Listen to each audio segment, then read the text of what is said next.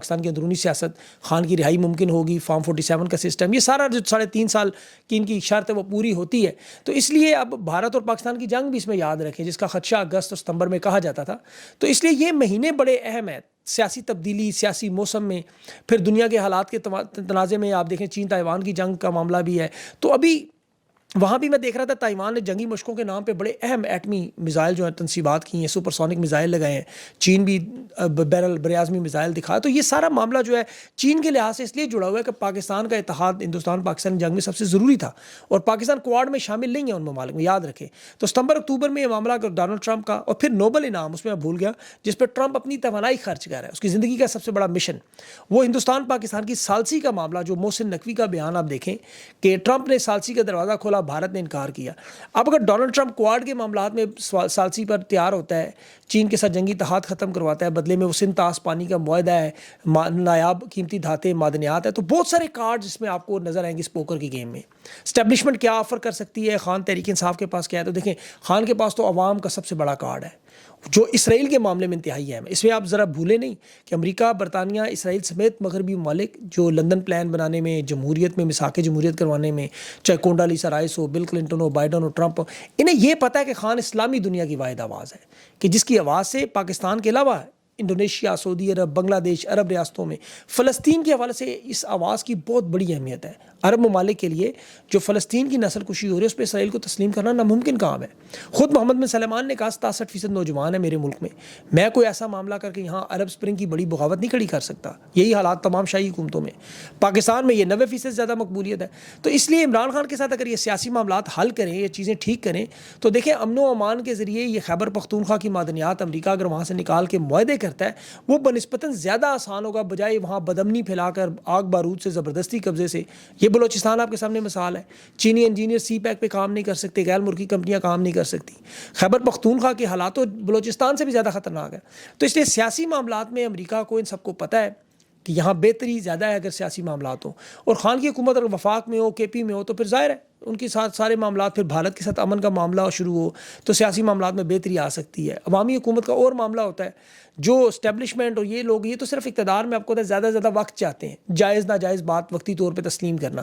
لیکن امریکہ کو پتہ ہے کہ لانگ ٹرم پہ نفرت کا معاملہ جس پہ وہ لاکھوں ڈالر خرچ کر کے یہاں بڑے بڑے پروگرام بھی عوام کے لیے بناتے ہیں، جیسے یو ایس ایڈ ہو، الیکشن ہو، ان سے محبت پیدا کرنے کی کوشش کرتے ہیں لیکن نفرت پیدا ہوتی ہے. تو اسرائیل کے معاملے میں ہوگا پورے پاکستان میں آپ جانتے ہیں نفرت کا. تو دیکھیں اب وہ چچا ساجد نے 17 سیکنڈ کی ایک ویڈیو میں جو بات کی کہ آج وہ پاکستان میں سب سے زیادہ سرچ کرنے والا شخص بن گیا صرف ایک جملے سے.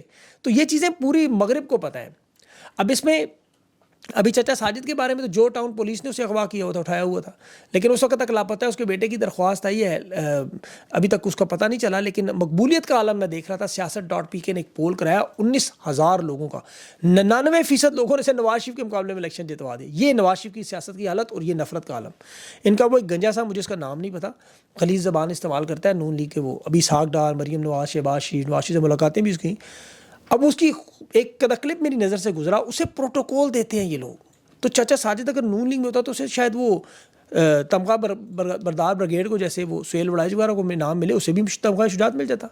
سہیل وڑائچ کے آپ کالم دیکھیں نا، وہ انسائکلوپیڈیا بنا کے وہ لکھتا ہے، جو کبھی علی مین گنڈا پور کی تو اشارے کرتا ہے، مونچھوں والا بندر، کبھی کہتا ہے بندروں نے حملے کیے. اب نیشنل جغرافی کی اگر زبان میں انہوں نے بات کرنی ہے تو پھر انہیں یہ بھی کہنا چاہیے جو پکی فصلوں میں چھوڑے ہوئے خنزیر ہیں، جو سور ہیں، ان کا ذکر کریں.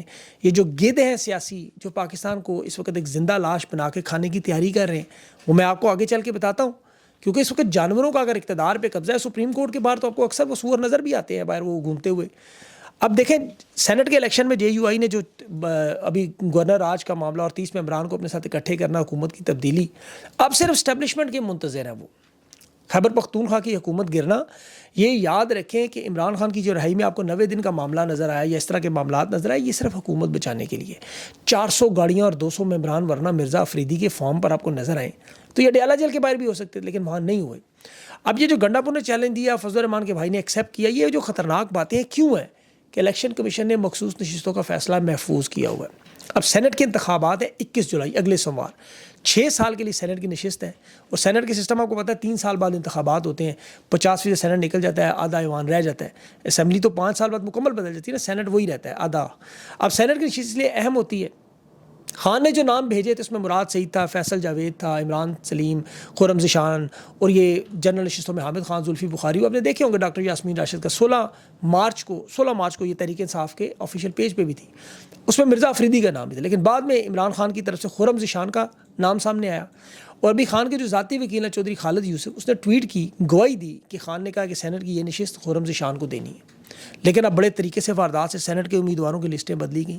پہلے اظہر مشوانی، مراد سعید، عرفان سلیم، خرم ذیشان کو نکالا گیا، صنم جاوید کو نکالا گیا کیونکہ یہ سیٹھ ارب پتی مافیا سینٹ میں پہنچ جائیں. تو یہ کھیل صرف اور صرف اقتدار اور نشستوں کا ہے. یہ نون لیگ، پیپلز پارٹی، اسٹیبلشمنٹ کے لوگ دیکھیں نشستوں کے لیے، نوکریوں کے لیے، مدت ملازمت کی توسیع کے لیے، ایکسٹینشن کے لیے جو آپ کو نظر آ رہا ہے، یہی اس وقت تحریک انصاف کے پارلیمانی لیڈروں کا بھی یہی حال ہے. علی مین گنڈا صاحب کا بیان دیکھیں کہ خیبر پختونخوا کی حکومت گرائی تو میں سیاست چھوڑ دوں گا. یعنی ان کی سیاست کا مرکز خیبر پختونخوا کی حکومت ہے. یہ انہوں نے کبھی نہیں کہا عمران خان کو رہا نہیں کریں گے، 15 دن میں اسمبلی توڑ کے حکومت گرا دوں گا. چلو یہ کہتے خان کہے گا تو کروں گا، لیکن یہاں خود کہہ رہے ہیں میں سیاست چھوڑ دوں گا. وہ شبلی فراز صاحب کہہ رہے ہیں مجھے نائل کیا میں ملک چھوڑ دوں گا. تو یہ جب تک عہدوں پر رہیں گے اس ملک میں رہیں گے، ورنہ جس طرح جرنیل ریٹائر ہو کے اگلے دن ہی ملک چھوڑ دیتے ہیں، قاضی فائز جس طرح ریٹائر ہو کے اگلے دن ہی بھاگ گیا، جنرل باجوہ غائب ہوا. ان کا مفاد صرف جب تک طاقت ہے، ورنہ ہم بھاگ جائیں. اور یہ نون لیگ کے سارے بھاگ جائیں گے. آپ کو پتہ ہے تاریخ میں واحد عمران خان ایک شخص ہے جس کا اقتدار کو ٹھوکر ماری اور اپنے لیے جیل منتخب کی. ملک نہیں چھوڑا، سیاست نہیں چھوڑی. اقتدار تو آنے جانے والی چیز ہے. ابھی آپ دیکھیں برطانیہ امریکہ کیوں بھاگتے ہیں؟ وہاں اچھی خاصی زندگی، مال و دولت کے. یہاں آ کے پروٹوکول اقتدار کا نشہ ہے. ایک ایسا نشہ ہے کہ جس میں عوام کو مردہ لاشوں میں بھی بدل کر یہ گدھ بن جاتے ہیں. یہ جو پاکستانیوں پر ایک نیا پیٹرول بم جو بھی آپ کو پتا ہے 6 روپے کا اضافہ ہونے جا رہا ہے، مہنگائی میں اضافہ، اشیائی خورد و نوش میں ذرا آپ اضافہ دیکھیے گا. ادارہ شماریات کی لسٹ دیکھیں. چینی کی میں آپ کو بار بار بات کرتا ہوں کہ آپ رہ نہیں سکتے اس کے بغیر. 30% اضافہ ہوا، 56 روپے کی اضافہ. اور وہ سارے کس کے ہیں؟ مریم نواز کے رشتہ دار، آصف زرداری کے اومنی گروپ کے رشتہ دار، انور مجید. یہ 30% اضافہ براہ راست ان کی جیب میں. 1972 کے اخبارات اٹھا کے دیکھیں، چینی چوروں کو نہیں چھوڑیں گے. واقعی نہیں چھوڑا، وہ سارے کے سارے حکومت میں لے آئے اور 53 سال سے وہ حکومت میں موجود ہیں. انہیں کیسے نکالیں گے آپ؟ تو اس مفاد میں قانون، آئین، جمہوریت انہوں نے تباہ و برباد اسی لیے کی ہے. آج حالت یہ ہوگی کہ وکلا عدالتوں میں پیش ہونے سے بائیکاٹ کر رہے ہیں کہ یہاں آپ ہمارے کلائنٹس کو عدالتوں میں کیسز میں بلاتے ہیں، انہیں اغوا کر لیتے ہیں باہر. اب جب ہمارے کلائنٹس یہاں آئیں گے ہی نہیں تو ہم ان کے کیس کے لیے کیا جرا کرنے عدالت میں جائیں گے؟ تو وہ عدالتوں کا بائیکاٹ اس بات پہ کر رہے ہیں کہ عدالت تو محفوظ ہوتی ہے، اب عدالتیں بھی محفوظ نہیں ہیں. تحریک انصاف نے 5 اگست تک اپنے لوگوں کو عدالتوں میں جانے سے منع کیا ہے کہ وہاں سے آپ کو اٹھا لیں گے.